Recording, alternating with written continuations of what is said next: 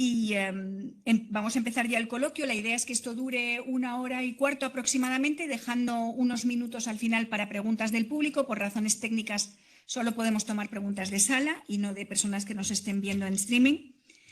Y voy a haceros preguntas a todos vosotros, pero sentíos libres para intervenir cuando penséis que tenéis algo que aportar al coloquio. Me gustaría, en primer lugar, empezar con Alejandra del Río para que nos cuente la génesis de esto, de dónde surgió la idea y por qué te pareció que era importante hablar de las mujeres en Oriente Medio y en el Mediterráneo. Bueno, pues muchas gracias. Muchas gracias, Cristina. Y muchísimas gracias a la actual ejecutiva de la Asociación de Mujeres Diplomáticas por retomar esta idea, ¿no? que tiene mérito, porque normalmente uno empieza nuevo en una asociación y quiere hacer sus proyectos y no tomarse esa molestia de examinar el trabajo que se ha hecho antes y darle continuidad. Efectivamente, este coloquio se nos cayó por la pandemia. Yo me había reservado el papel que ha hecho para esta ocasión Victoria Ortega, que es bastante más cómodo que estar aquí sentada, pero bueno, en el pecado va la penitencia y, en fin, ¿cómo iba a decir que no? Porque la verdad es que sí que me hace ilusión que se celebre esta discusión y, como decía, os lo agradezco mucho. Empezamos en ese momento, en la asociación, pensamos que sería útil hablar de lo que puede hacer la diplomacia como herramienta para promover la igualdad de género, y para ordenar el debate se nos ocurría que era buena idea empezar por regiones, ¿no? Y dentro de eso, en Oriente Próximo, además de porque es una región en la que los retos para las mujeres son muy distintos de otras del mundo, además de eso, para mí era una cuestión un poco personal. A mí la diplomacia como herramienta para promover la igualdad de género era algo que, lo confieso, cuando ingresé en esta casa no se me había pasado por la cabeza.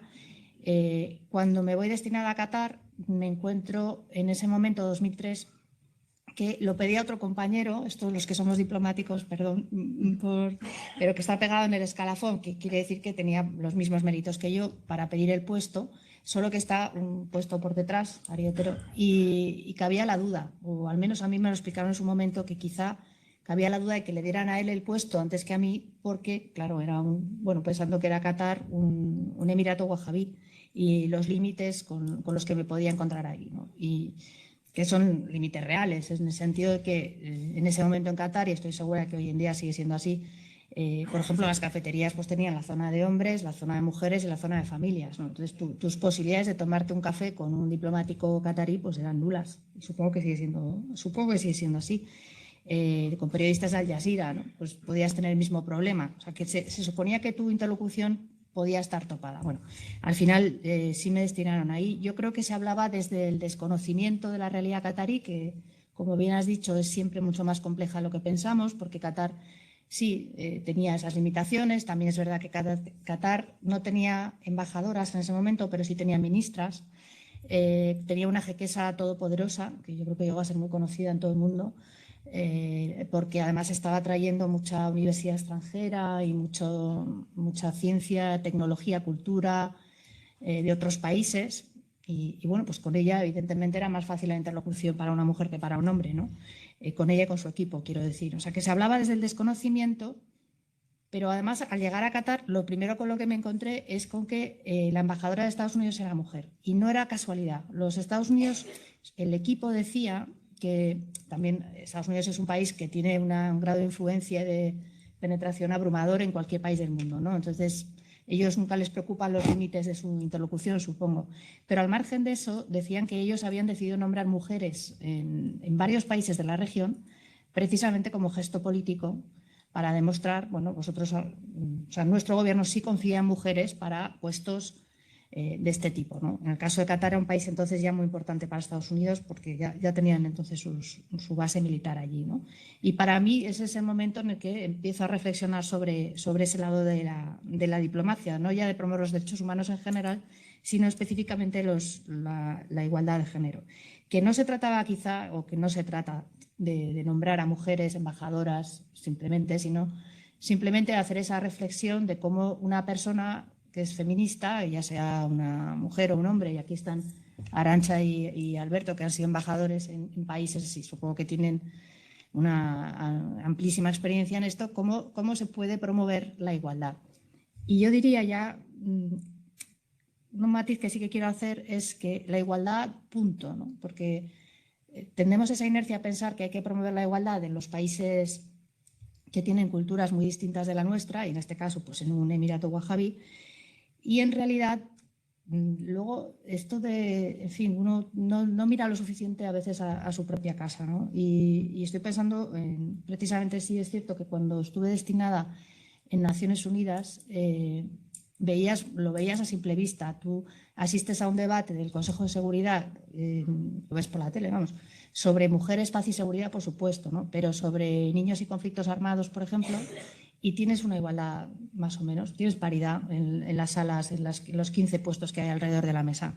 Asistes a un debate del Consejo sobre Libia o sobre Siria y ahí ya no hay paridad. Ahí se ve una mayoría clara de hombres, ¿no? Y esto no son las delegaciones de los países árabes afectados por el conflicto, esto son nuestras propias delegaciones. O sea, esta inercia se da y de hecho hay datos que hemos manejado para preparar este coloquio, ¿no? Como sin pensarlo instintivamente los países occidentales nombran menos mujeres embajadoras en estos países y en cambio nombran más en Noruega y en Canadá, a lo mejor, ¿no? Porque tiendes a replicar los modelos, ¿no? Que también me parece que es interesante. Y por terminar esta primera reflexión, tuve la suerte de asistir hace unos años, 3 años me parece, a un coloquio a puerta cerrada que organizaba una universidad americana con Wendy Sherman, que ahora es la número 2 del Departamento de Estados Unidos, pero en ese momento estaba en excedencia porque eran los años de Trump. Claro, Sherman había sido la negociadora del JCPOA y del acuerdo nuclear iraní, pues probablemente el acuerdo más difícil y más complejo que se ha negociado en Oriente Próximo, y le preguntaron en el coloquio si para ella había sido un problema el hecho de ser mujer frente a la delegación iraní. Y ella contestó con esa franqueza de los norteamericanos. Dijo, bueno, a mí más me preocupaba ser judía, porque su familia es judía, claro. Le preocupaba el que eso pudiera tener una percepción negativa en la delegación iraní. Y contó que trabajó para romper el hielo, pues aprovechando que había tenido un nieto, el negociador iraní también tenía un nieto y a través de eso fueron rompiendo el hielo y estableció, bueno, pues ella a lo mejor no se iba a poner a hablar de fútbol, pero buscó la fórmula de romper el debate. Pero recondujo la pregunta y dijo que al empezar las negociaciones había 2 mujeres en la sala. Una era Helga Schmidt y otra era ella. Y o sea, eso no era solo la delegación iraní, obviamente, sino que las demás eran delegaciones de hombres. Y comentó también, y por terminar con la nota de optimismo, que a medida que iban avanzando las rondas de negociaciones, ella se llevó muy bien con Helga Schmidt y tuvieron ahí una complicidad, intercambiaban mucha información, y a medida que avanzaron las negociaciones iban apareciendo mujeres en todas las delegaciones, en la francesa, en la británica, y terminaron ya en más compañía. Por mi parte nada más. Muchísimas gracias, Alejandra. Efectivamente, o sea, lo sabemos muy bien en la AMDE, pero no hace falta ser de la AMDE para saber que la diplomacia es una profesión muy tradicional y muy masculinizada, ¿no? Entonces, el problema de la escasez de mujeres o la desigualdad entre los géneros no es ni mucho menos, como bien has dicho, exclusivo de una región del mundo, ¿no? En el caso de esta región, me gustaría pedirle a Alberto, como director general para la región, que profundizase un poco más y que nos adentres un poco en los vericuetos de la región, en la que ni todos los países tienen un sistema homogéneo, ni en todos la igualdad ha evolucionado o tiene las mismas raíces, ni ha evolucionado de la misma manera, ¿no? Muy bien, muchas gracias. Sí, yo me gustaría centrarme efectivamente dentro de ese tema general del papel que las diplomáticas y los diplomáticos españoles, en concreto los españoles, podemos desempeñar en esta región y en este tema. Procuraré no caer en el mansplaining, pero sí un poco entrar en detalles de dónde creo que están los problemas después de mi experiencia en estos países, ¿no? Y de experiencia como diplomático, porque no puedo evitar, claro, yo estoy condicionado porque en este punto, en este tema, porque pues soy hombre, porque soy diplomático y soy español, y luego porque soy arabista, bueno, aficionado, pero que llevo mucho tiempo y ya empiezo a ver las cosas quizá de otra manera, ¿no? Y efectivamente lo primero yo creo es la diversidad. Hay países que han ido más rápido, como por ejemplo Túnez, hay países que han ido más lentos, los países del Golfo, incluso Irán, pero esto no es suficiente. Hay que distinguir también por materias. Hay materias en las que en general se tiende a ir más despacio y otras en las que los avances son más rápidos. En materia de estatuto civil, de derecho privado, es más difícil porque estás chocando con las estructuras patriarcales profundas de las sociedades mediterráneas, en el fondo la nuestra también, ¿no? En temas de participación y de empoderamiento de las mujeres, en general es más fácil ir más rápido y muchas veces notas que estás empujando una puerta abierta. Y, por lo tanto, diversidad de países, diversidad geográfica, por diferentes experiencias históricas, culturales, diferencias también temáticas, ¿no? Y dentro de los temas civiles, de estatuto personal, la enorme complejidad del tema. Es otra cosa que siempre me ha llamado la atención cuando te acercas a estos temas y empiezas a entrar en detalle, esto es muy complicado, esto no es nada fácil. Por lo tanto, el primer esfuerzo yo creo que es conceptual. Tenemos todas, hacer un esfuerzo de entender en qué consiste el tema. Por ejemplo, cuando hablamos de la Sharia. La Sharia, en el fondo, yo lo asimilaría a lo que para nosotros era o es el derecho natural, que se estudiaba en primero de Derecho en el plan de estudios que yo estudié, el derecho natural. Yo siempre he pensado que es mejor centrarnos en el derecho positivo, intentar eludir el debate sobre la Sharia, porque polariza inútilmente. Mucho mejor decir, pero vamos a ver, ¿qué pone en el Código de Estatuto Personal de Marruecos o de tal? No, pero es que la Sharia es como hablar del derecho natural. Puede ser muy interesante, como una charla filosófica, puede ser muy respetable, pero centremos la discusión en el derecho positivo, en qué puede hacer el Estado, la sociedad, para transformar, para cambiar una situación, ¿no? Huir de generalizaciones, entrar en el detalle. Otro aspecto que me parece muy importante es estar atentos para identificar pronto los retrocesos, que los hay. Por ejemplo, es curioso ver cómo cae la tasa de educación básica en los últimos años, empieza a caer de forma bastante rápida. ¿Por qué está ocurriendo eso, no? Y tratar de contribuir a atajarlos. Y ahí podemos hacer cosas muy concretas. ¿Por qué están yendo menos las niñas a la escuela primaria que hace 20 años, ¿no? En muchos países? Y ahí tenemos muchísimos instrumentos sí, lo siento, con permiso, para intervenir, porque igual que intervenimos en otras cuestiones de desarrollo. Y al mismo tiempo también identificar los avances y alentarlos, porque los hay, y los hay importantísimos. Y hacer todo ello con respeto. Y ahí entramos ya en donde yo creo que está nuestro valor añadido como españolas, como españoles, como diplomáticos españoles. Tenemos una ventaja comparativa. Yo no sé si estáis de acuerdo, pero yo la percibo en mi trabajo. Que nosotros lo podemos hacer, tenemos más llegada en esta zona, tenemos más credibilidad, más legitimidad, por muchos motivos. Si hay un tema en el que yo creo que deberíamos centrar nuestra atención y priorizar, es la violencia contra las mujeres. Yo creo que es lo que suscita más consenso, en lo que es más fácil que el mensaje cale, incluso en los sectores más conservadores, es algo que da vergüenza. Es una vergüenza cómo está. Esta mañana estaba leyendo un informe en Gaza, cuando hemos celebrado los 16 días, en el marco de la celebración de los 16 días, se ha publicado un estudio, decía el 70% de las mujeres en Gaza dicen que sufren violencia, ¿no? Eso es una vergüenza, eso no tiene ninguna base en nada, eso tiene que acabar, ¿no?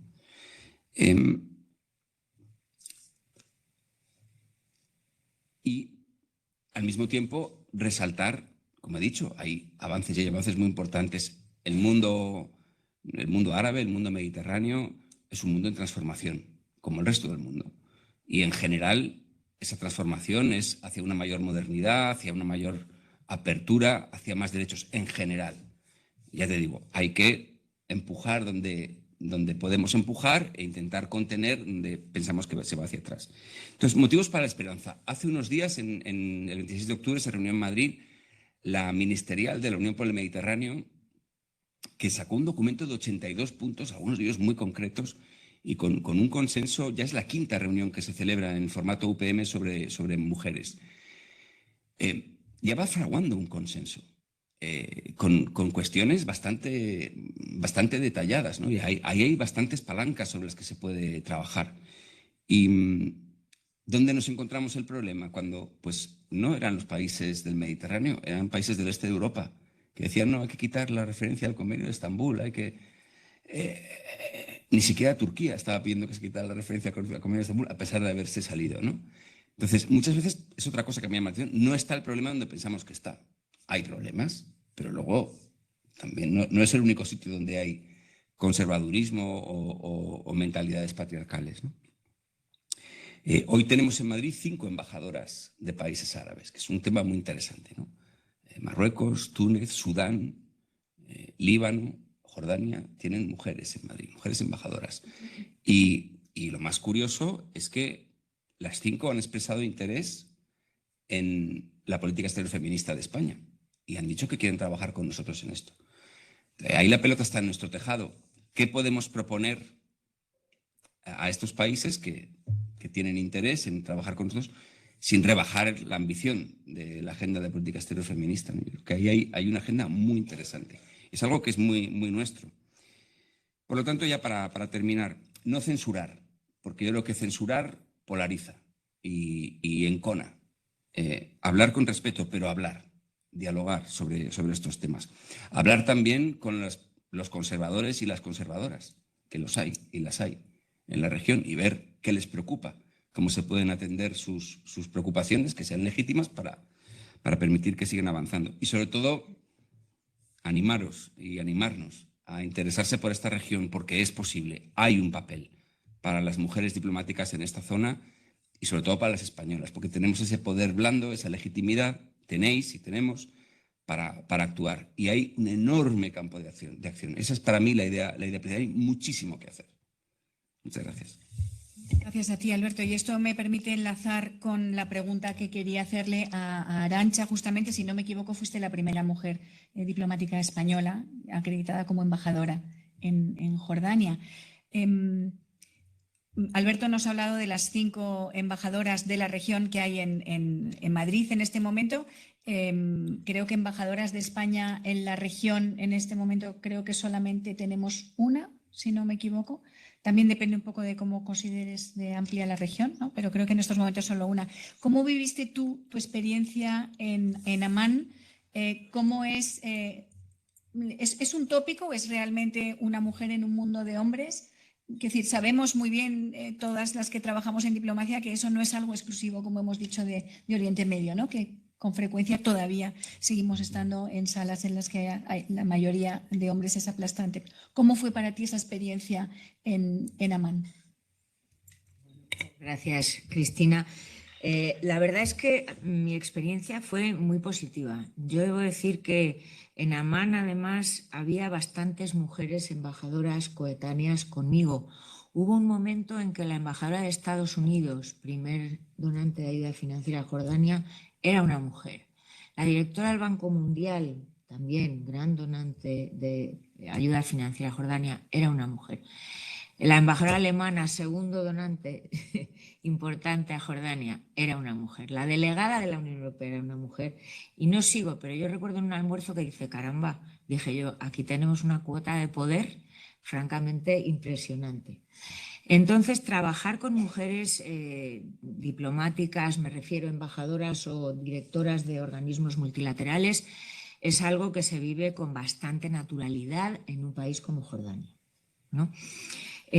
Pero sí es cierto que en Jordania yo creo que hemos hablado mucho y es cierto que de la diversidad y de que no se puede meter a todos estos países del Mediterráneo Oriente Medio en el mismo saco, pero sí hay bastantes rasgos comunes y a mí muy brevemente me gustaría referirme a ellos. Y uno es la dualidad entre el mundo urbano y el mundo rural. Es decir, yo no he notado jamás una discriminación, es más, al revés, me he sentido tremendamente honrada por representar a España siendo mujer en Oriente Medio, porque eso ya es digamos, un statement, ¿no? Como dicen en sí mismo. Pero es cierto que cuando te desplazas al mundo rural, de las tribus beduinas y tal, en su comportamiento social, bueno, pues son sociedades, comunidades más tradicionales, te tratan con respeto, obviamente, y con cordialidad, pero tú sí notas que a veces no lo ven con la misma, digamos, naturalidad que se vive en un entorno más urbano y cosmopolita, ¿no? Entonces hemos hablado de que es cierto que la diversidad es un hecho, pero creo que yo quería hablar de 3 puntos que creo que son comunes, ¿no? Uno es que en general en la región MENA, Mediterráneo, África del Norte, Oriente Próximo, no, el marco normativo, el marco legal de la igualdad no es un marco de igualdad plena. Y Alberto se refería al estatuto personal. Y eso es muy importante, porque en la mayoría de estos países, cuando desaparece la legislación otomana, ya a mediados del siglo pasado, ya se va sustituyendo por una normativa pues, más secularizada de corte occidental, etcétera, pero hay determinados reductos de la vida, ¿no? Como el matrimonio, el divorcio, las sucesiones, en los que los tribunales islámicos o la jurisdicción islámica sigue teniendo algo que decir. Entonces, no me quiero extender porque sobre este tema, si alguien tiene interés, se puede hacer preguntas y en la capacidad que tengamos se pueden responder. Pero esto quiere decir algo muy importante, y es que esto limita la capacidad de las mujeres de acceder a recursos económicos, financieros, y por lo tanto limita su empoderamiento político y económico. Entonces, la sociedad civil, débil pero organizada, que hay en la mayoría de estos países, digamos que el objetivo primigenio es avanzar hacia la igualdad legal, que no está plenamente conseguida. En un terreno y en una nota mucho más positiva, la agenda política yo diría, todos los países tienen una agenda política de igualdad de género y tienen estrategias nacionales para promover la igualdad entre hombres y mujeres y tienen, como es el caso de Jordania, una Comisión Nacional de la Mujer. Y existe una agenda política y una voluntad de ir avanzando hacia la igualdad. Y en esto creo que en las últimas décadas la tendencia general es de progreso. En el caso de Jordania, durante mi estancia allí ha habido ministras, siempre en los gabinetes, minoritarias, pero en carteras importantes, por ejemplo, en energía, en planificación y cooperación internacional, en turismo, que es el 14% del PIB de Jordania, y diplomáticas jordanas, en Naciones Unidas, en Washington, en Ginebra, organismos internacionales, estoy segura que tú conoces a alguna de mis colegas entonces allí, en España, decía Alberto, pero sin embargo a mí me llama la atención que hay muchas menos embajadoras árabes en países árabes. Es decir, las embajadoras de Jordania, por ejemplo, que es de lo que yo más puedo hablar, pero creo que hay más ejemplos, ¿no? Van a Naciones Unidas, que es un puesto importantísimo, o van a Washington, que también es un puesto de primer orden, pero no necesariamente van a Arabia Saudí o no necesariamente van a Egipto, ¿no? O no van tanto a países del entorno, ¿no? Y eso también me parece interesante. Luego, en el caso de Jordania, la directora ejecutiva de ONU Mujeres también es una mujer, Sima Bahous, que era la anterior embajadora jordana ante Naciones Unidas. Entonces hay una agenda, ¿no? Y hay una agenda en la que la comunidad internacional y la diplomacia se inserta y que tiene mucho que hacer y mucho que apoyar. Entonces, hay todavía el reto de conseguir la igualdad plena a nivel normativo, pero hay una agenda política de igualdad y esta agenda topa con una serie de barreras culturales, sociales y económicas, ¿no? Pues porque datos reveladores apuntan, yo digo el caso de Jordania, pero sí creo que son datos los que he escogido que son bastante extrapolables, ¿no? Pues en torno a un 60% de los estudiantes universitarios son mujeres, pero cuando es el porcentaje de mujeres que se insertan en el mercado laboral solo son el 14%. ¿Por qué? Porque hay mucha menos resistencia a que una mujer estudie. Esto recuerda a la España de los años 50, 60. Nuestras abuelas o madres que estudiaron eran un poco pioneras, pero ¿cuántas de ellas luego se casaron y no trabajaron, ¿no? Pues es un poco lo que a veces ocurre. Es decir, que la alfabetización es del 97%, el índice de estudios universitarios es muy grande, pero luego llegas a la universidad, al mercado laboral, y como se casan, tienen hijos, etcétera, pues se entiende socialmente, tradicionalmente y culturalmente que la primera responsabilidad de la mujer es la de hacerse cargo de la familia, ¿no? Y bueno, digamos que son este otro tipo de barreras. Y luego falta, en la mayoría de estos países, una sociedad civil fuerte, articulada, organizada, con capacidad de influir en las políticas públicas.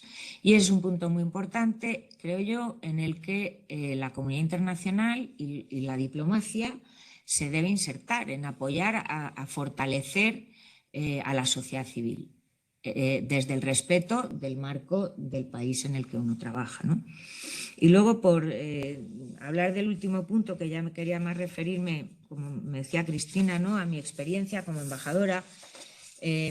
Bueno, evidentemente desde que existe y se lanzó la Guía de la Política Exterior Feminista, pues este es nuestro principal referente, ¿no? Ciertamente algunas de las cosas que se han insertado en esta política ya se venían haciendo, toda la cooperación al desarrollo en materia de igualdad de género, que ya existe desde 2005, ¿no?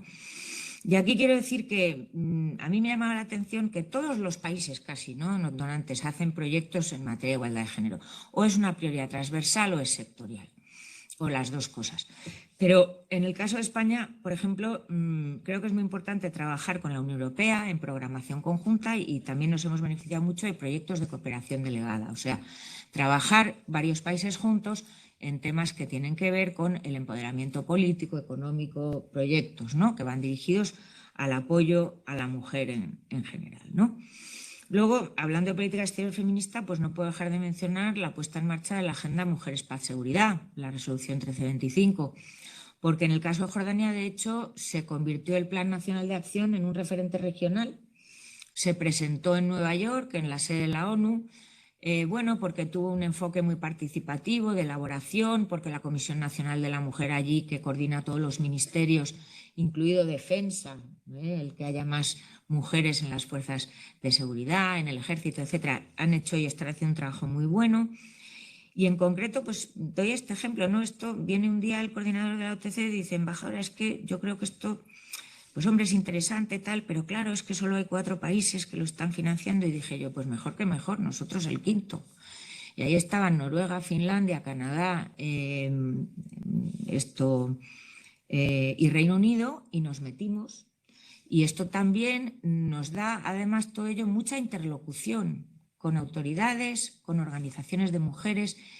Y esto también luego nos sirve para multiplicar nuestro trabajo en acciones, y con esto termino, que yo creo que a mí han sido casi de las que más satisfacción profesional me han generado, pero que creo que son importantísimas, porque tú terminas teniendo una relación personal con la directora de una ONG, que es una feminista reconocida, que, bueno, sin pretender exagerar, pero es casi como una heroína, ¿no?, que lucha incansablemente. Pues yo en mi caso conocí a una que lamentablemente falleció durante el COVID y a la que España, a la que condecoré post-mortem. Pero lo bueno de hacer esto es que lo que estás haciendo es reconocer públicamente el trabajo de personas que, sobre todo para mujeres jóvenes, se constituyen en una inspiración, en un ejemplo a seguir. Y en ver que se pueden hacer cosas. Por ejemplo, esta mujer consiguió cosas, Asma Hader, consiguió cosas muy concretas, que se aboliera el artículo 308 del Código Penal, por el que se perdonaba al violador si se casaba con la víctima. Gran triunfo de abolición de un tema, de una desigualdad tremenda para la mujer, ¿no? Y esta labor de reconocimiento creo que es muy importante, que también forma parte de nuestro trabajo, además de los proyectos de cooperación al desarrollo, además del apoyo a la sociedad civil, que también es cooperación al desarrollo. Esa labor de reconocimiento. Actividades de concienciación y sensibilización, ir mucho a los colegios, a las universidades, dar charlas, explicar, porque además Oriente Medio es una población tremendamente joven, el 60% y menos de 30 años. Entonces a mí me resultaba muy gratificante, y lo hacía todo lo que podía, ir a dar charlas para de alguna forma transmitir el mensaje a las jóvenes de: mira, yo soy mujer como tú, yo tenía pues un sueño y más o menos, bueno, pues lo he hecho realidad, pero eso no me ha impedido también tener una familia, y si tú tienes un proyecto de vida personal, serás más feliz y los que están a tu alrededor también, y tienes que luchar por eso. Y ese tipo de actividades, de ir a los colegios, de ir a las universidades, de concienciar, de sensibilizar, de animar, creo que también es valioso. Y luego también hemos hecho campañas de apoyo a la mujer en la ciencia. Y hemos premiado a mujeres científicas y les hemos metido en programas que tiene la Agencia Española de Cooperación o fundaciones españolas para venir a España, para hacer redes, para conocerse entre científicas de otros países de la región. Y bueno, podría decir muchas más cosas, pero creo que en resumen, la cooperación al desarrollo, el reconocimiento del trabajo de las feministas que hacen una labor absolutamente meritoria y que parten de una situación que tiene poco que ver con la que nosotros ya tenemos, y el potenciar y apoyar a las mujeres jóvenes y la labor de la mujer en campos como la ciencia, pues son ejemplos de cosas que se pueden hacer, ¿no? El valor de los testimonios documentales también, que cuenten historias, que son ejemplificadoras. Con el Instituto Cervantes hicimos uno sobre mujeres refugiadas sirias, líderes. Y en fin, pues hay muchísimo que hacer.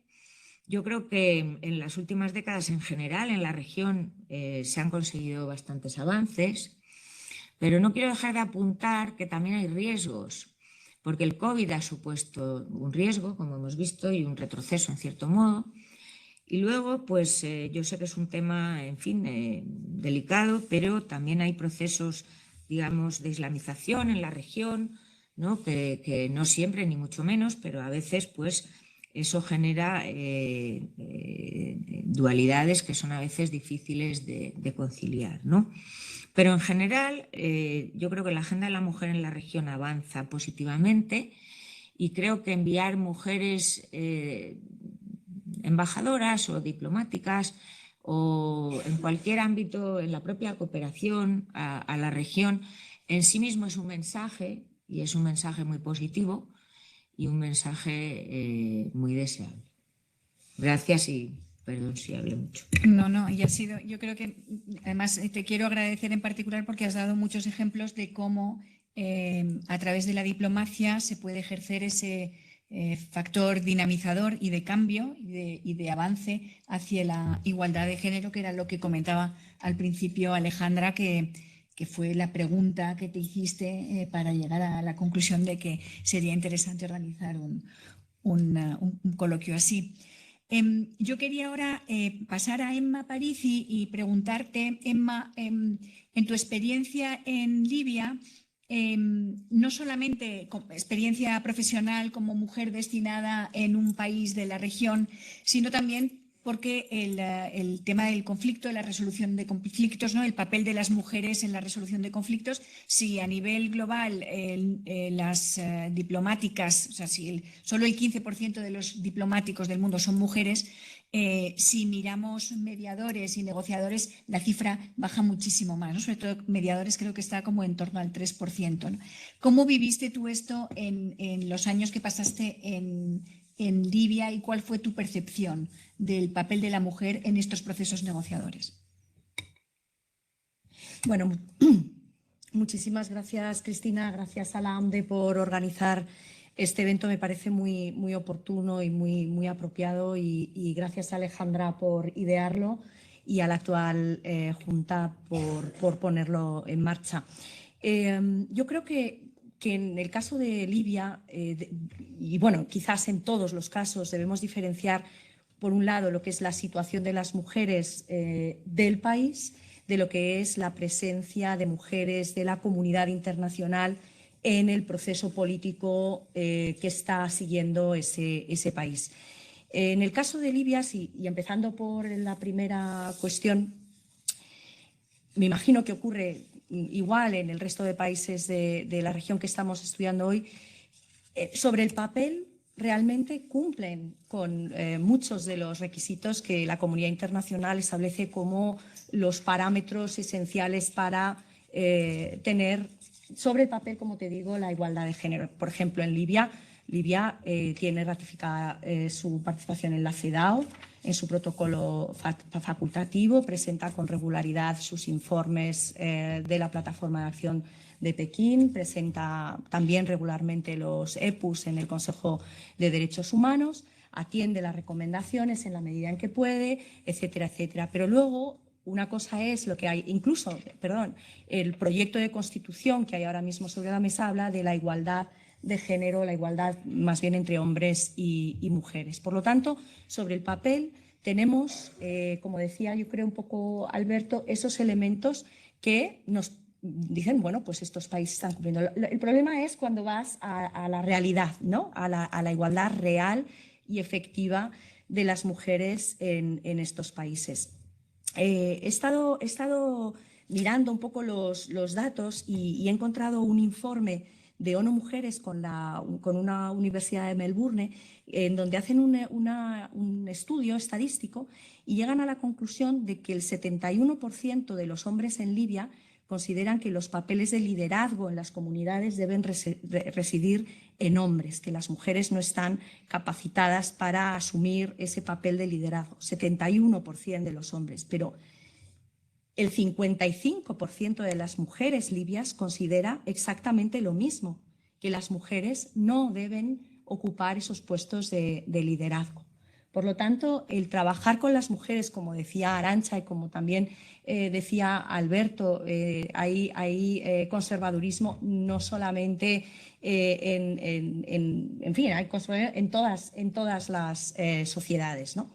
Esta realidad estadística se refleja inmediatamente a continuación en la participación y presencia de las mujeres en los puestos de relevancia política, económica del país.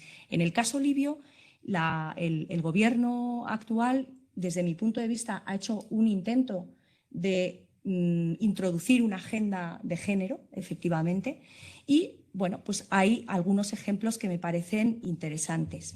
De las 33 carteras ministeriales que hay en Libia, 5 las ostentan mujeres. Repito, es un país en conflicto, un país complicado desde el punto de vista socioeconómico, político, de seguridad, etcétera. Y de entre estas 3 mujeres, una de ellas es la ministra de Asuntos Exteriores. Libia tiene una ministra mujer de Asuntos Exteriores, que además tiene, desde mi punto de vista, pues un alto grado de interlocución. La vemos en las reuniones importantes que hay internacionales en Libia, cuando nos desplazamos a conferencias internacionales, y es una mujer con una excelente formación académica y que desempeña un papel interesante. No obstante, son solamente el 15% de las carteras ministeriales las que están ostentadas por mujeres en el caso libio. En el caso de los escaños en el Parlamento, tan solo 30 de los 188 escaños del Parlamento actual está ocupado por mujeres, es el 16%. El foro político libio que tuvo lugar el año pasado establecía una cuota del 30%. Han alcanzado tan solo el 16%. Es un avance, sí, pero evidentemente queda muchísimo por hacer. Y quizás todas estas acciones de las que habéis estado hablando pues pueden contribuir, entrando ya un poco en la parte de lo que puede hacer la comunidad internacional en toda esta agenda, en tratar de trabajar efectivamente con la sociedad civil, con las autoridades locales, en la promoción de este tipo de agenda de género o de impulso de la igualdad de oportunidades y presencia de mujeres en puestos de responsabilidad o de vida pública, ¿no? Esa es una dimensión, pero la otra es la de la comunidad internacional que está acreditada en Libia o tiene de alguna manera participación en el proceso político libio. Y aquí me ha parecido interesante, quizás, si os parece, contaros un poco lo que yo viví cuando estuve en Libia y sobre todo lo que he vivido después ya en mi puesto actual. En el caso de Naciones Unidas, que tiene efectivamente una agenda, el propio secretario general, muy marcada, de establecer un 50% de nombramientos, puestos de responsabilidad a cargo de mujeres. Bueno, pues encontramos el caso de una diplomática estadounidense de reconocidísimo prestigio que ocupó un papel esencial, desde mi punto de vista, absolutamente transformador en la misión de Naciones Unidas para Libia, la UNSMIL, ¿no? Stephanie Williams, que es una diplomática de Estados Unidos, ha estado destinada en Bahrein, en Jordania, en Irak y posteriormente en Libia, y después con Naciones Unidas nombrada como directora adjunta de la misión de Naciones Unidas en Libia. Ella fue nombrada en julio de 2018 y bueno, pues trabajó junto con el representante especial del secretario general, el libanés Ghassan Salameh, haciendo su trabajo, etcétera, pero en un momento determinado el enviado, el representante especial del secretario general, dimite por razones personales y se queda ella al frente de manera interina de la misión. ¿Y qué ocurre entonces? Pues ocurre que bajo su liderazgo logra, y aquí que me corrija el director, porque lo sabrá mucho mejor que yo, ocurre algo verdaderamente inaudito. Tras años y años y años de estancamiento del proceso de paz y de estabilización en Libia, Stephanie Williams se sienta con las distintas facciones enfrentadas en Libia y logra acuerdos verdaderamente asombrosos que constituyen el marco político en el que se encuentra en la actualidad Libia. Luego ella ya no está y lo cierto es que ahora hay un nuevo estancamiento y estamos otra vez en un problema, ¿no? Pero lo cierto es que bajo su liderazgo y sus capacidades de mediación, entramos aquí en la faceta de mujer, paz y seguridad, ¿no? tan sumamente importante para todos y en particular para la agenda política española, logra en primer lugar un alto el fuego, que no es poca cosa. Pero a continuación logra la celebración del Foro de Diálogo Político Libio, en donde ni más ni menos, en febrero de 2021, logra el consenso para nombrar un nuevo Consejo Presidencial de 3 miembros. La realidad política libia es complejísima. Elegir a esos 3 miembros de las distintas regiones que hay en Libia es algo complicadísimo y de hecho no se había logrado hasta la llegada de Stephanie Williams, ¿no?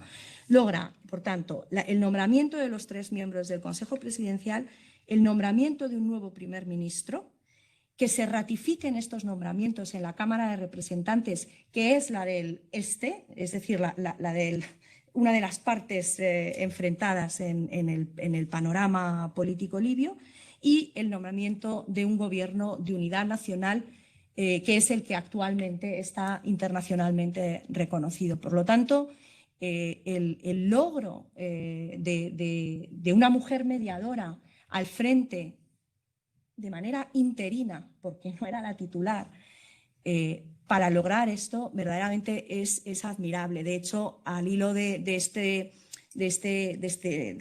logro tan significativo, en nuestro caso el presidente viajó a Libia precisamente para apoyar esos logros que se obtuvieron. Viajó después a una conferencia que se organizó a una cumbre que se organizó en París con todas las partes y todos los países de la región, y fue un momento verdaderamente importante en el proceso de estabilización de Libia gracias a la participación y al trabajo excelente de una mujer diplomática, en este caso estadounidense, que ahora mismo, y la verdad no sé dónde está, pero realmente necesitamos mujeres así, con esa capacidad de liderazgo. En el caso de Libia, también en el ámbito de la comunidad internacional y en el caso de Naciones Unidas, en mi época estaba al frente como directora adjunta y coordinadora residente de Naciones Unidas una mujer diplomática irlandesa de ascendencia portuguesa, María do Valle Ribeiro, y en la actualidad está nombrada una canadiense que se llama Georgette Gagnon. las actividades de coordinación de toda la acción de Naciones Unidas en un país como Libia son importantísimas y, por lo tanto, también muy relevantes al conjunto, ¿no?, del trabajo que se hace allí. En cuanto a la presencia de mujeres de la comunidad internacional acreditada en Libia, pues todavía también nos queda trabajo por hacer. En mi época no recuerdo bien, desde luego no había muchas mujeres embajadoras. He consultado cuántas hay en la actualidad y tenemos embajadoras mujeres acreditadas por parte de Finlandia, de Suecia, de Canadá, de Reino Unido, de Dinamarca y una ENAI residente en Trípoli de Grecia. Eso es todo lo que hay de mujeres diplomáticas en Libia. Yo creo que es muy importante que sigamos haciendo el trabajo que tratamos de hacer, tanto a nivel nacional con políticas activas de género. La igualdad entre hombres y mujeres, si no se establecen estas políticas activas, no se produce de manera natural. Es imprescindible que haya un apoyo por parte del Estado para que podamos llegar las mujeres y que esto se traslade de manera coherente también a nuestra acción exterior, como habéis señalado todos los que me habéis precedido en el uso de la palabra. Me parece fundamental este tipo de actividades. Os agradezco muchísimo el que sigáis empujando y tenéis todo mi apoyo en la medida en que pueda para seguir este trabajo. Muchas gracias. Muchísimas gracias, Emma. Desde luego lo importante y lo relevante es teneros aquí en la mesa y que podáis aportar vuestras vivencias y vuestros comentarios muy pertinentes que van ejemplificando, ¿no?, que van dándonos datos sobre el tema que queremos discutir. Hemos mencionado ya un par de veces una agenda fundamental cuando hablamos de mujeres en política exterior, que es la agenda Mujeres, Paz y Seguridad. Y quería preguntarte, Alicia, como gran experta en el tema, en tu opinión, ¿cuál ha sido el impacto de esta agenda en la región? Y quería también, como única no diplomática, y estoy encantada y te agradezco muchísimo, que además sé que has venido desde Bruselas exprofeso para estar aquí, así que el agradecimiento es doble. Estoy encantada de que podamos escuchar una voz desde fuera del mundo de la diplomacia, ¿no? Aunque en estos momentos tú estés acreditada también como diplomática en Bruselas, pero el papel de la sociedad civil en la dinamización de estos procesos es esencial, y me gustaría que nos contaras también a través de tu papel en Mujeres por África, ¿no?, es una pregunta doble, que nos des ejemplos y que nos cuentes cómo ves esta cuestión. Muy bien, muchas gracias, Cristina, y muchas gracias a la Asociación de Mujeres Diplomáticas por la invitación a participar en este acto. Hay que decir, efectivamente voy a hablar desde el punto de vista de la sociedad civil, porque mi trabajo en la región pues, se ha producido de la mano de organizaciones. En concreto, hay una plataforma muy poderosa de mujeres árabes que se llama Karama, que está liderada por una gran líder somalí afincada en Egipto. Y a partir del trabajo con Karama pues, he podido entrar en contacto con muchas líderes de los países de la región, ¿no? Hay que decir que estos países, los gobiernos de estos países, formalizaron su compromiso con la Agenda Mujeres, Paz y Seguridad un poco tarde, o sea, tardaron en formalizar ese compromiso. El primer país fue Irak en el año 2014 y a partir de ahí, bueno, con planes nacionales de acción. A partir de ahí ya se han sumado Palestina, Túnez, Jordania, Líbano, Yemen y recientemente este año creo que se ha incorporado Marruecos, que tiene su plan nacional de acción, y el año pasado Emiratos Árabes. En la sociedad civil hay un sentimiento ambivalente con respecto a la Agenda Mujeres, Paz y Seguridad. Por un lado, se reconoce el tremendo valor de este instrumento como una herramienta que puede, con un potencial transformador tremendo, un potencial casi revolucionario, y que puede contribuir al empoderamiento de las mujeres. Son perfectamente conscientes las organizaciones de mujeres de esto.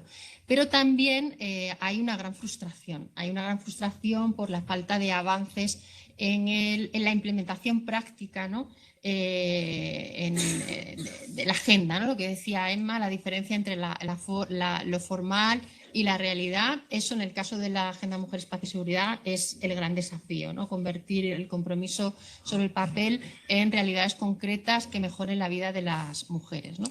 Entonces, esa frustración está ahí.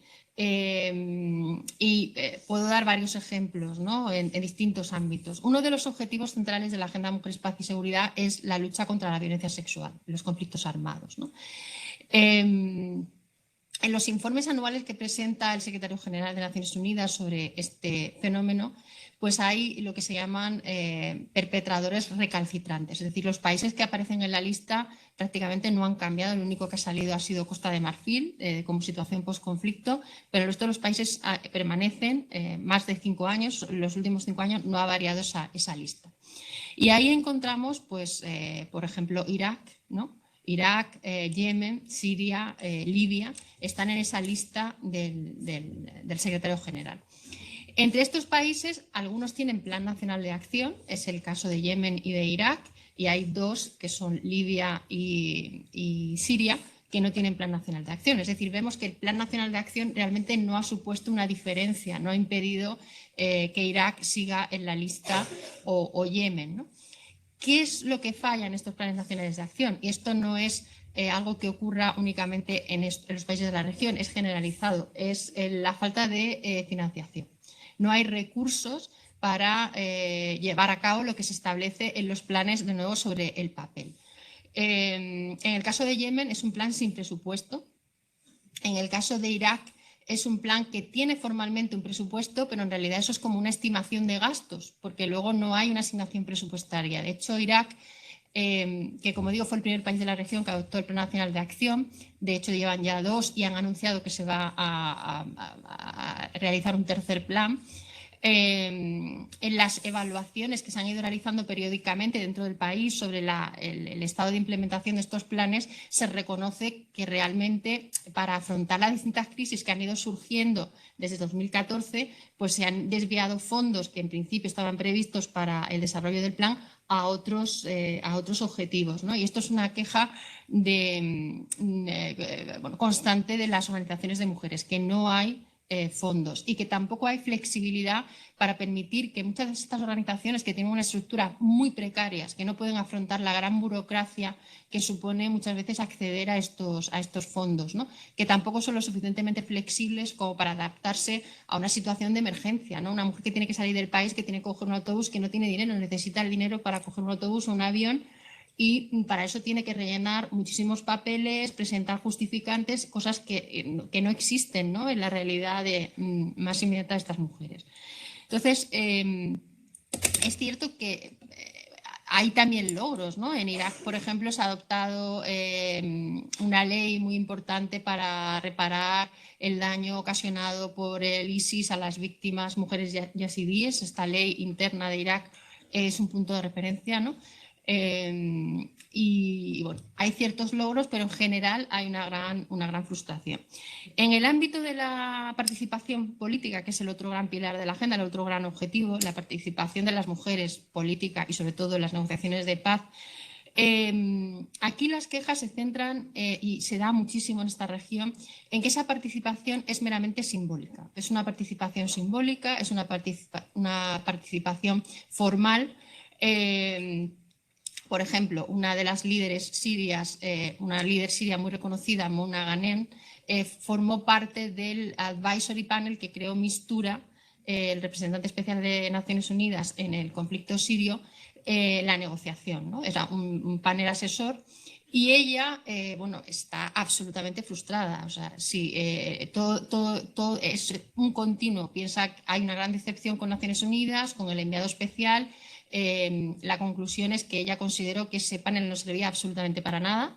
Era una cuestión, para hacer un tic de box y marcar que participaban las mujeres, y de hecho se acabó yendo del panel, pero se acabó yendo muy frustrada, muy enfadada con Naciones Unidas y con el sistema. Y lo mismo, hay otra líder también siria, Suad Qudie, que es miembro del Comité de Derechos Humanos de la Red Siria de Mujeres, que ella ha participado 5 años en un grupo asesor del Comité de Negociación de Alto Nivel en Siria, en el ámbito interno, ¿no? Y también, o sea, con lo que considera es que su participación, o sea, este comité no servía tampoco para nada, era una pantalla solamente para salir en la foto, no tenía influencia ninguna. Y esto es muy importante, la presencia de las mujeres no garantiza la influencia, ¿no? Y sobre todo cuando se trata de una presencia en este tipo de organismos. Esto no es algo que digan solamente las mujeres, también es el caso de Yemen, exactamente igual. No es algo que digan solamente las mujeres con conocimiento directo, sino que lo dice el propio secretario general de Naciones Unidas. El secretario general de Naciones Unidas ha reconocido, y también las mujeres, que esta participación a título de consultora o asesora, esta participación como observadoras no es suficiente, y eso no equivale a una participación real y efectiva de las mujeres en los procesos de paz, ¿no? Pero esto es lo que existe. Obstáculos para la participación de las mujeres, aquí se han mencionado algunos, Alberto ha mencionado las leyes discriminatorias. Las leyes discriminatorias, yo estoy muy de acuerdo con lo que ha dicho Arantxa, son un obstáculo en sí mismo, es decir, no se puede separar la participación de las leyes discriminatorias, es decir, donde hay leyes discriminatorias es muy difícil que las mujeres puedan participar en situación de igualdad con los hombres en estos procesos, ¿no? Y hay leyes discriminatorias en todos los países de la región, prácticamente. En Túnez, que es uno de los países más avanzados, donde sí que tuvo cierto éxito la primavera árabe, en todos los demás ha sido una decepción. Todavía existen leyes discriminatorias en materia sucesoria, por ejemplo, y las mujeres llevan años luchando contra eso. Otro problema es, por supuesto, la violencia. La violencia que, claro, la clave de bóveda de la violencia contra las mujeres empieza con esas leyes discriminatorias, ¿no? Pero el espacio para las mujeres que se acorta cada vez más, esto lo dicen también ellas. Lidia ha mencionado, Emma, que la situación está sobre el papel bien, en la práctica tal.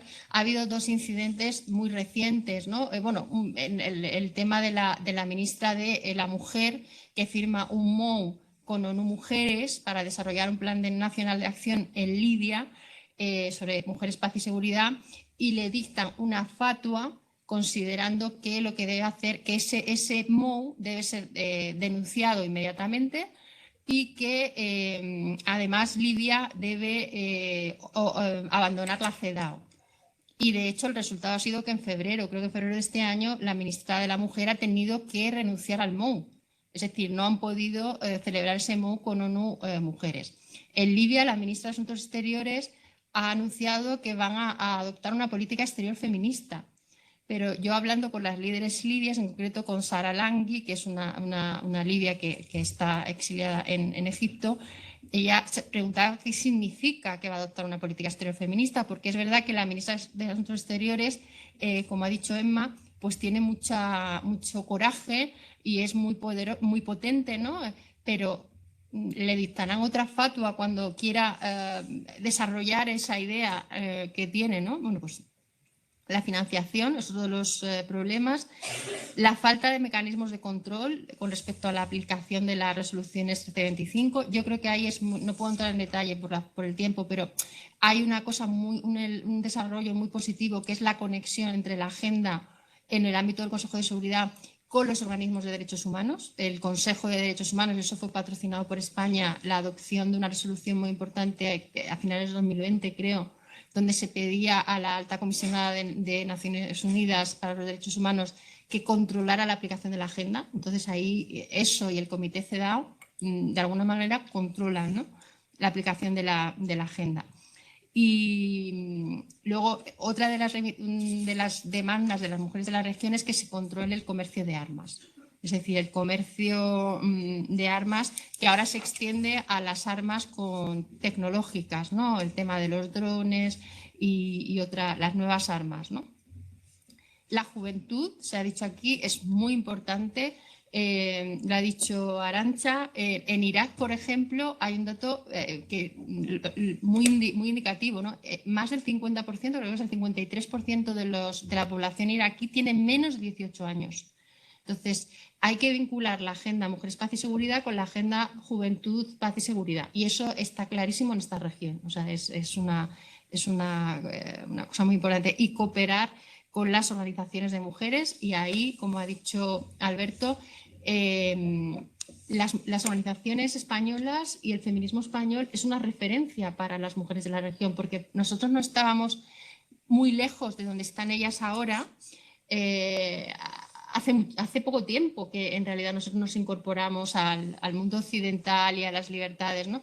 Entonces ellas ven con mucha admiración el proceso de transición democrática y la adquisición de derechos por parte de los logros del movimiento feminista español, ¿no? Y también es muy importante la conexión con América Latina. Yo creo que ahí España tiene un ámbito de actuación amplísimo, ¿no? De actuar como puente, primero comunicar la experiencia del feminismo español y luego también actuar de puente entre esa región y América Latina, porque las mujeres tienen unas experiencias con muchos puntos en común. Gracias. Muchísimas gracias, Alicia. Antes de abrir el micrófono por si tenéis alguna pregunta desde la sala, quería dar la oportunidad a los ponentes si queréis hacer algún comentario adicional, porque habéis sido súper disciplinados, cada uno en su turno, sin interrumpir a nadie. Y ahora, ¿alguno de vosotros quiere hacer algún comentario adicional? ¿No? Antes he dicho que teníamos 2 embajadoras, me acabo de dar cuenta que teníamos una, y me acabo de dar cuenta que tenemos 2. Tenemos a Ana Salomón en Tel Aviv y tenemos a María Luisa Huidobro en Mascate. Y a Miriam en Mauritania, 3. Sí, adelante. De por supuesto dar la palabra a los que estáis aquí todo el rato escuchando, que también cansa. Sí, quería cogerle un poco el testigo a Alicia lo que acaba de decir, porque creo que menciona un punto que no hemos mencionado nosotras y que sin embargo es muy, muy importante, ¿no? Y es verdaderamente la ventaja comparativa, Alberto lo ha dicho, ¿no?, de España, pero bueno, voy a decir así coloquialmente, ¿no? A nosotros los españoles en general, y es mi experiencia, en el mundo árabe nos ven como al primo al que le ha ido bien, porque somos familia. Entonces, es verdad que eso nos coloca en una posición donde hay una predisposición empática mucho más grande, hasta por los rasgos físicos, por la historia común, por el carácter, ¿no? Nosotros hablamos con la cara, gesticulamos. O sea, en Jordania un español a los 2 meses ya es un miembro de la familia. Y esto a la hora de trabajar nos da una ventaja tremenda. Y en relación con las mujeres en concreto, es cierto, España es un país que se ha incorporado, o sea, vamos a ver, en la década de los 50, pues las mujeres también sufrían discriminación en el ámbito de los derechos civiles. Y hace poco me refería, y esto lo cuento como anécdota simpática, en la escuela diplomática una vez una amiga mía desempolvó un opúsculo llamado la esposa del diplomático, musa del hogar nómada. Entonces realmente venimos de... No, o sea, nosotros nos hemos incorporado hace poco, ¿no?, a la igualdad y al feminismo, y por eso despierta tanto interés la experiencia española. Y eso tiene mucho también que ver con el trabajo tan importante que hablábamos antes de fortalecer la sociedad civil, ayudar a las organizaciones de mujeres, porque son débiles, porque no tienen financiación, porque muchas se mueven en el mundo rural, otra urbano, pero, por ejemplo, en Jordania se ha hecho formación, cómo hacer campañas, cómo trabajar en red, cómo defender los intereses, cómo abordar a los medios de comunicación. Y para no enrollarme, simplemente la idea que quería transmitir es que todo esto, si encima eres española, pues es mucho mejor que ser, no me menciono nada, de otros sitios.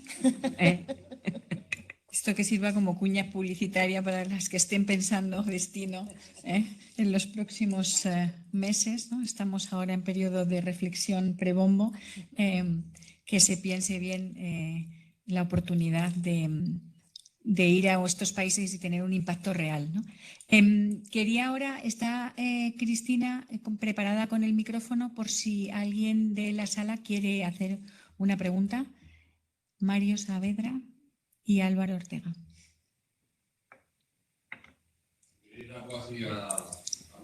Es que no te oyen los que están escuchando en streaming. Hola. Gracias. ¿Qué tal? Muchas gracias por la ponencia. Tengo una pregunta prosaica, basada en mi cultura, disculpadlo, y otra un poco más genérica. Primero me gustaría saber si hay alguna prebenda o hay alguna excepción para diplomáticas respecto a las reglas que aplican en algunos de estos países a las mujeres locales. Es algo que desconozco, si hay alguna distinción. Y luego la genérica, quizá para Aránzazu, sería sobre la política exterior feminista, si se está aplicando, si está vigente, a qué ritmo y si el hecho de lo que ha ocurrido en Suecia, que lo han quitado, puede ser un golpe para esa política. Gracias. ¿Quiere contestar la pregunta de si a las mujeres diplomáticas se les aplican las mismas reglas localmente que a las mujeres locales? Si hay alguna. En vuestra experiencia en la región, ¿habéis la obligación, por ejemplo, me imagino que te estás refiriendo a llevar el velo, ¿no? O a no poder conducir en algunos países en alguna época? Bueno, yo hablo de mi paso por Túnez residiendo y Trípoli cuando podíamos ir. No tuve percepción ni necesidad de hacer nada especial diferente a mi vida cotidiana en ninguno de los dos casos, ni en Túnez ni en Trípoli. No hice mi vida absolutamente normal. Mi interlocución fue buena con las autoridades locales, los diplomáticos libios y las autoridades libias con las que traté a mi nivel como segunda jefatura en la Embajada de España en Trípoli. Fue muy correcta, muy fácil, directa, eficaz, conseguía lo que necesitaba y no tuve problemas de interlocución, ni mucho menos por el hecho de ser mujer. Esa es mi experiencia personal en esos dos países, pero no sé si a lo mejor Alejandra. Creo que Alejandra tiene algo que decir. Pues no había para pensarlo. En Qatar la vestimenta sí es obligatoria para todas las mujeres, al menos cuando yo estaba allí, que era una regla bastante laxa de discreción. Por lo demás, no, yo no recuerdo ninguna otra limitación. En Israel, claro, en Israel son normas que sí, tienes que respetar las mismas limitaciones que las mujeres allí. Por ejemplo, si hay determinadas líneas de autobuses que son para mujeres ultraortodoxas, donde hay zonas separadas de hombres y mujeres, pues claro, tienes que respetar eso también. Sí, lo que pasa es que bueno, sí, efectivamente, como cualquier otra. Arantxa, ¿quieres, aunque no sea tu competencia directa, quieres contestar la pregunta sobre la política exterior feminista? Con Emma, quizá, que también se ha implicado mucho en el tema de la política exterior feminista, porque está además en presidencia de gobierno. Bueno, yo creo que la política exterior feminista en realidad lo que ha hecho es consolidar, digamos, un plan de acción en el que España lo que quiere es posicionarse como un país líder en hacer, dentro de su proyección exterior, de la defensa de la igualdad de derechos entre hombres y mujeres y la igualdad efectiva, pues digamos una seña de identidad, ¿no? Eso es una decisión del gobierno, es una política del gobierno. Y aquí en el Ministerio de Asuntos Exteriores, pues lo que hacemos es aplicar esta política y en parte yo creo que esto ha sido un ejercicio de lo que yo he visto un poco dual, es decir, por una parte incorporar mucho que ya se hacía, sobre todo desde el año 2005 en la cooperación al desarrollo, pero después incorporar otros elementos nuevos, ¿no? De diplomacia multilateral, todo el liderazgo que España está asumiendo en la Agenda Mujeres, Paz, Seguridad, la promoción de candidaturas y presencia de mujeres en la política, sobre todo también en la prevención de conflictos, un tema del que no hemos hablado mucho, pero que es una gran asignatura pendiente en Oriente Medio, una región llena de conflictos donde la participación de la mujer, y Emma lo explicaba muy bien, en la resolución de conflictos es no tiene el peso que debería, ¿no? Y luego todo el tema, pues, de prevención y protección frente a la violencia de género. O sea, ya hay más, ¿no? Pero hay una serie de políticas y, bueno, pues Yo creo que España ha avanzado bastante. Lo que yo veo desde el Ministerio es que ya hay países que se están dirigiendo a nosotros, algunos latinoamericanos, otros europeos, con el afán de conocer mejor qué hacemos y con el afán de coordinarnos también, de hacer y de promover iniciativas conjuntas. Pero Emma, si quieres, yo creo que tú te lo sabes muy bien todo esto. Bueno, efectivamente es una decisión del Gobierno el tener este liderazgo a nivel internacional y, de hecho, hay poquísimos países en el mundo que tengan una política exterior feminista como tal, así declarada y con un programa específico que de alguna manera introduzca la cuestión de igualdad de género de manera transversal en toda su política exterior y hacia afuera, ¿no? Lo cual lo hace coherente con la prioridad que representa también desde el punto de vista doméstico. Yo creo que esta premisa de tener coherencia entre lo que haces dentro y llevarlo hacia afuera es un poco lo que guía buena parte de las prioridades de la política exterior de España en estos momentos, y la política exterior feminista es un ejemplo de ello. Como digo, son poquísimos los países que hay en el mundo con una política exterior feminista como la que tiene España. Ahora es verdad que Suecia, con el nuevo gobierno parece que no sigue con este planteamiento. Era uno de los pocos que había, el otro es Canadá. Y no recuerdo ahora mismo quién más, pero pocos más, hay pocos más. ¿En qué se traduce esto? Yo creo que Arantxa lo ha explicado muy bien. Lo que sí te puedo decir es que en el ámbito de la presidencia del Gobierno es un tema que tenemos muy presente en todas las actividades de la agenda internacional del presidente. Está siempre en los distintos temas que se tratan. Se incorpora también en las declaraciones conjuntas que, con motivo de un viaje, una visita a ese nivel, se producen a lo largo de la agenda, y siempre que podemos pues tratamos de impulsar pues memorandos de entendimiento entre los distintos ministerios para impulsar ese tipo de políticas. Es decir, impregna de manera transversal la actividad de la agenda internacional. En mi caso, de lo que me ocupo es de la presidencia del Gobierno, pero también del resto de ministerios implicados y, sin lugar a dudas, el Ministerio de Asuntos Exteriores. No sé si con eso respondemos. Álvaro Ortega quería hacer una pregunta también.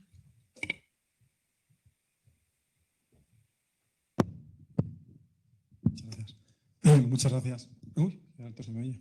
Muchas gracias, está siendo muy interesante, la verdad. Tengo dos preguntas. Una es en relación a la región, a determinados países que efectivamente han puesto encima de la mesa una representación diplomática muy femenina, ¿no? Han tenido unos países del mundo árabe que han tenido, creo que todo el mundo árabe sobre todo, que han tenido muchas representantes diplomáticas al más alto nivel, mujeres, y ya desde hace bastante tiempo, ¿no? Y mi pregunta es si efectivamente, en términos de influencia, se podría decir que eso denota una mayor influencia de la mujer en los resortes políticos del país que ha realizado ese tipo de diplomacia, ¿no? Si efectivamente esos países entienden quizás la diplomacia como una vía comunicativa a través de la cual ponen efectivamente mujeres porque consideran que es una forma eficaz y directa de llegar y de transmitir un mensaje, sobre todo en capitales occidentales, o si por el contrario es realmente el reflejo de un cambio dentro de ese país y de realmente una intervención de la mujer en la toma de decisiones, ¿no? Eso en lo que respecta a determinados países que sí yo he podido ver a lo largo de mis más de 20 años de carrera, que sí han tenido una presencia diplomática femenina muy importante. Por ejemplo, me refiero al caso de Marruecos. Yo, por ejemplo, he visto embajadoras de Marruecos en Washington, ¿no? Que es probablemente uno de los puestos más importantes para Marruecos, por supuesto en España, por supuesto embajadora de Marruecos también en Londres, en sitios realmente determinantes y que realmente pues, son hasta cierto punto pues,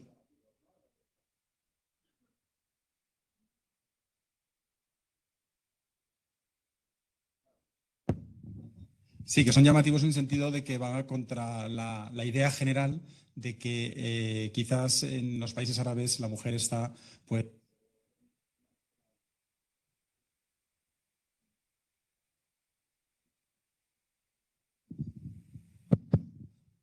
Gracias.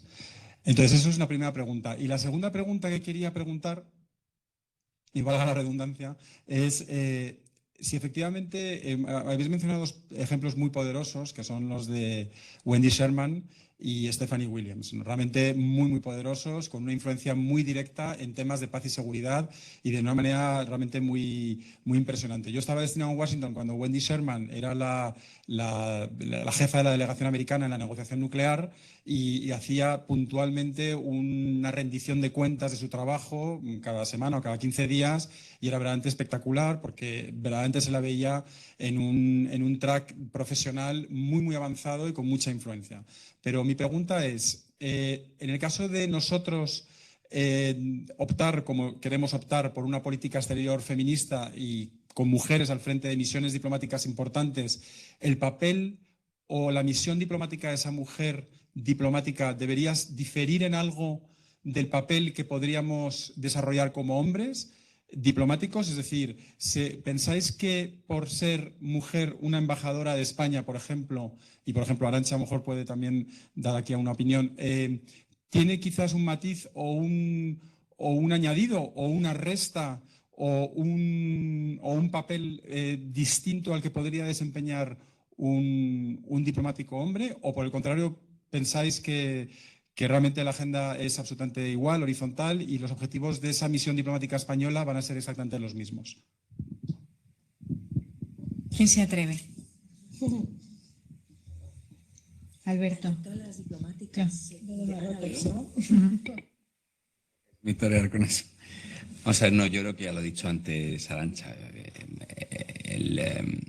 El test es a dónde envías embajadoras. El día que veamos que la media, no solamente para los países mediterráneos, es decir, que envías a mujeres a donde realmente te interesa y no solamente por su valor mensaje que puede ser interesante, ¿no? Pero si realmente estás poniéndolas donde realmente te interesa, ese es el día que verdadera igualdad efectiva, ¿no? Como decía Arantxa, yo también coincido con ella. Ves más mujeres árabes embajadoras en países occidentales que en países árabes. Ahí hay algo que todavía no está, ¿no? Pero a lo mejor también tenemos que mirar nosotros, a ver si estamos haciendo algo parecido, ¿no? Pero ese es el test, yo creo.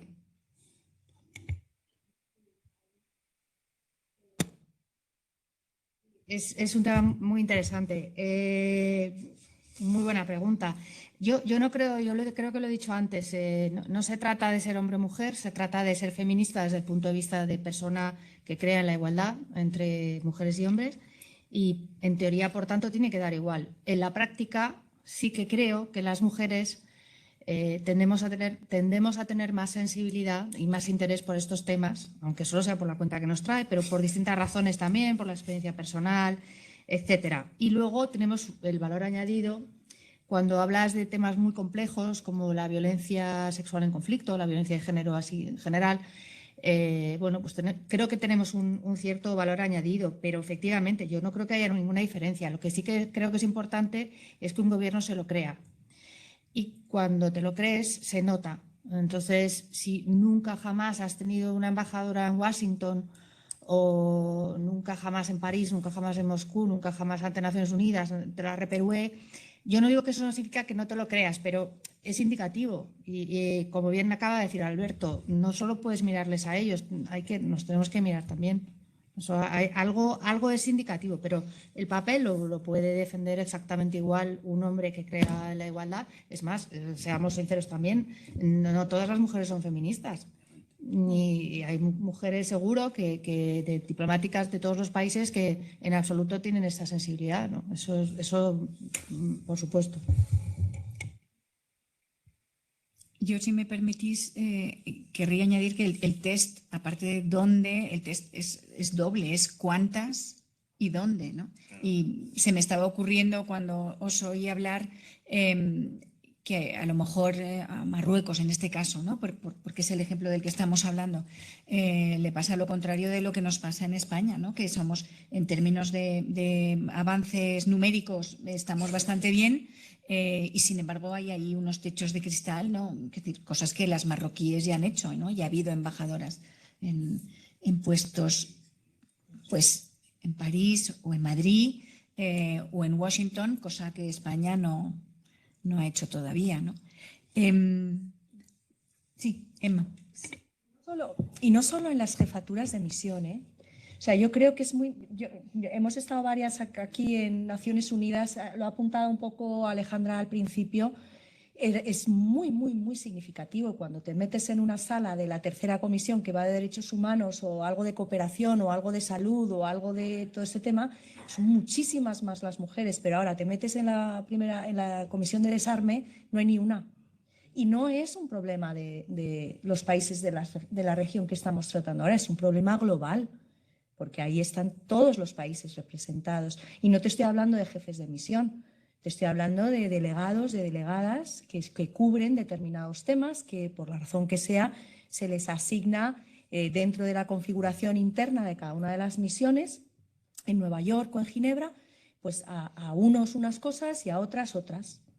Y esto es que era matemático.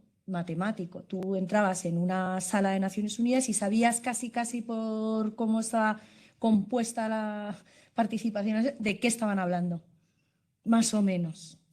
Y así es. Y por lo tanto, ese trabajo yo creo que lo tenemos que hacer todos, en todas partes. Y todavía queda mucho, yo creo, por trabajar estos temas. Sí, Álvaro, muy brevemente te referías tú al tema de la política exterior feminista, ¿no? Presentada por un embajador o una embajadora, algo así. También preguntabas cómo lo veíamos. Bueno, yo es que tengo la experiencia de Jordania, donde el embajador sueco y el embajador canadiense sistemáticamente en torno al Día Internacional de la Mujer organizaban actos conjuntos y lanzaban sus mensajes, hacían sus reflexiones sobre la política exterior feminista.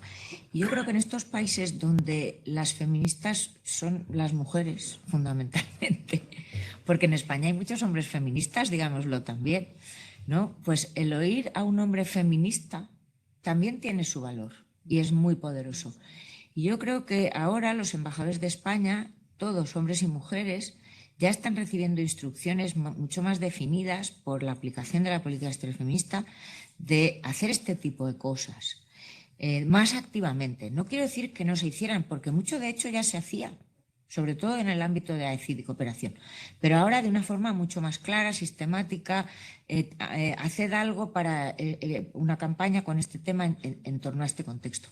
Entonces, que sean hombres embajadores en Oriente Medio que lancen esos mensajes, creo que quizá a veces tiene más valor que lo haga una mujer, sin desmerecernos a todas nosotros. Totalmente de acuerdo.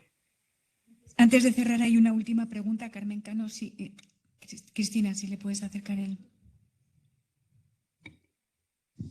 Sí, seré muy breve y solo quería volver al tema un poco de discusión de hoy y dirigirle una pregunta sobre todo a Alicia, porque los diplomáticos no especulamos en público y esta pregunta quizá tiene algo de especulación.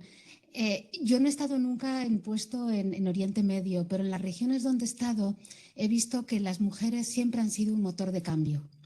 Cambio económico, los microcréditos, cambio cultural. Por ejemplo, el papel de la mujer en África es impresionante para frenar, por ejemplo, prácticas como la ablación, etcétera.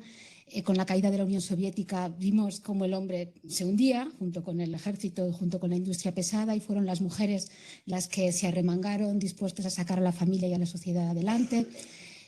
Yo cuando recibí información sobre este evento pensé inmediatamente en Irán y cómo allí las mujeres han sido las que han empezado el movimiento de protesta contra el régimen. Lo vemos en Afganistán también, a riesgo de sus vidas. Entonces, mi pregunta, escuchando lo que has dicho y las limitaciones que existen en cuanto pues una presencia que no garantiza la influencia, cómo el espacio se va achicando, las leyes discriminatorias de las que hablabais antes. ¿Cómo es de realista pensar que en Oriente Medio la mujer puede jugar un papel como motor de cambio? Y cómo, ya habéis dicho bastante de cómo podemos apoyar, pero todavía hay una sociedad civil pues débil. Entonces, ¿cómo se puede un poco abordar este tema y si podemos ser optimistas o si por el contrario los obstáculos son tan enormes que va a requerir mucho más tiempo y esfuerzo? Yo contestaría que no es que podamos ser optimistas, es que debemos ser optimistas.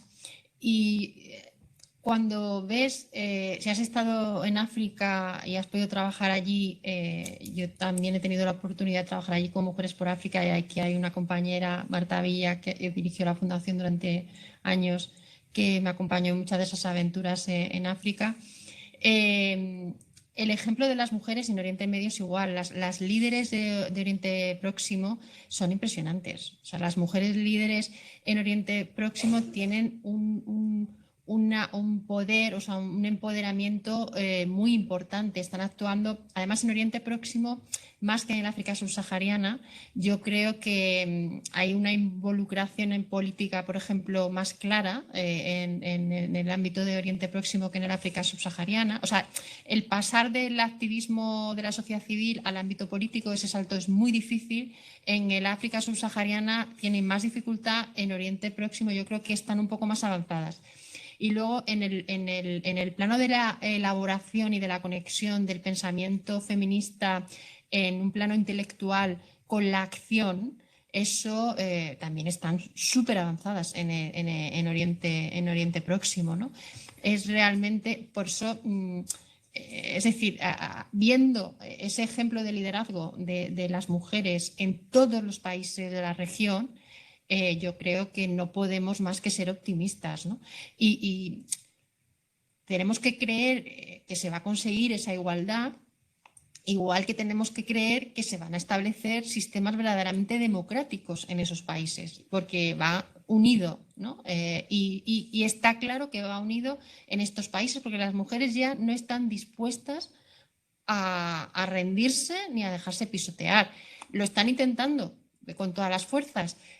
Ha pasado en Yemen, las mujeres que han participado en la primavera árabe luego se las ha marginado, en otros países, en el Sudán, por ejemplo, eso ha sido también clarísimo, pero no se rinden. Es decir, no se dejan, pues eso, no se rinden, quieren seguir luchando porque ya saben que depende de ellos. Y lo que ellas piden es que, como se ha dicho aquí, creo que lo ha dicho Arantxa, hay que dar visibilidad.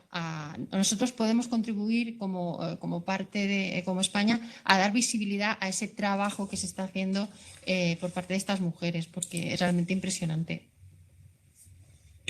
Con esta nota positiva del optimismo y la esperanza como una necesidad, agradezco muchísimo a todos la presencia, sobre todo de los ponentes en esta mesa, a todos por vuestra participación activa y por vuestra escucha, y a los que nos han seguido en nuestro canal de YouTube. Muchísimas gracias y os pido un aplauso para los ponentes.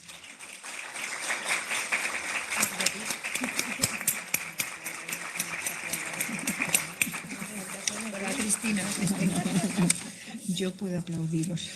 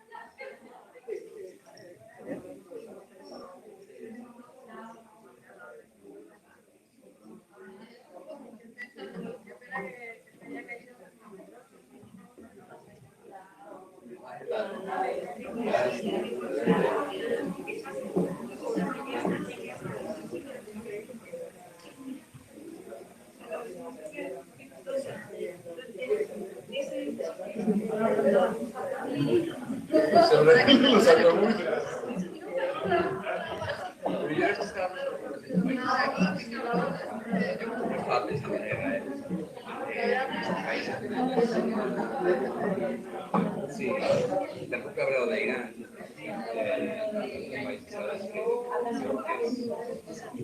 pero sí, Israel está en la región, mediterráneos en general, sociedades patriarcales que evolucionan hacia la igualdad al 100%. Sí, sí.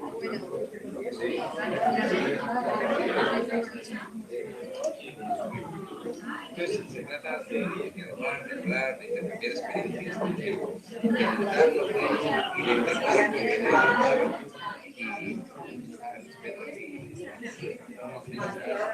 porque si estamos valores todos tenemos algo que España no puede darle gracias.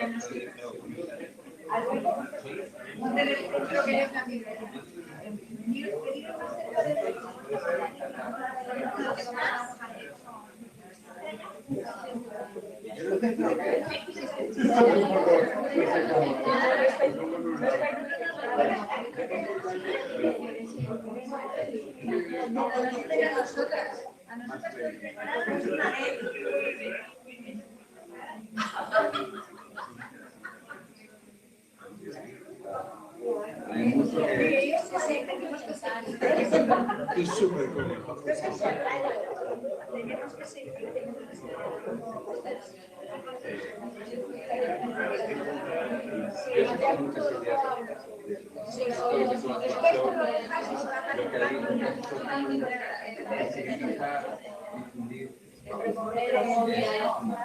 Hay cantidad de cosas concretas que se podrían alimentar desde el ámbito del Ministerio de la Diplomacia. Distinga a mujeres o hombres que se han distinguido por tal.